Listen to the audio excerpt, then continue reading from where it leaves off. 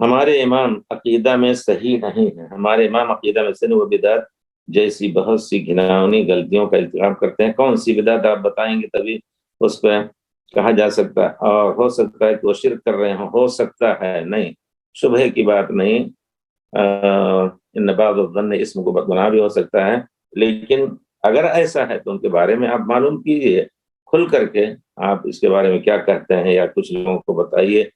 اور ان کی اطلاعات بھی ناقص اور غلط ہے، اور وہ بہت سی جہری غلطیاں یا کیا کرتا ہے۔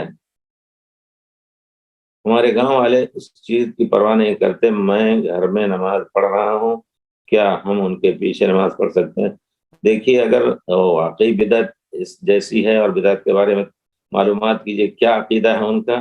اگر وہ بدعت کفر تک پہنچ رہی ہے تو یقیناً ان کے پیچھے نماز جائز ہی نہیں، اور اگر آپ نے کبھی کوئی نماز پڑھی بھی ہے تو اس کو دہرانا واجب ہے۔ اور پھر اس طرح کی ہو سکتا ہے شرک، اس طرح کے نہیں، تحقیق کر کے جب تک نہیں معلوم ان کے پیچھے آپ نماز پڑھیں۔ جماعت چھوڑنا جائز نہیں ہے اور گھر میں نماز پڑھنا جائز نہیں، لیکن اگر معلوم ہو گیا اور آپ نہ جاننے کی بنا پر ان کے پیچھے نماز پڑھ رہے تھے تو آپ کی نماز صحیح ہے، اور جاننے کے بعد پھر نماز صحیح نہیں ہوگی، آپ دور رہیں ان سے۔ جی، نماز گھر میں نہ پڑھیں، اگر نہیں معلوم ہے معلومات لے لیں، جب تک معلومات نہیں ہو رہی نماز پڑھیں۔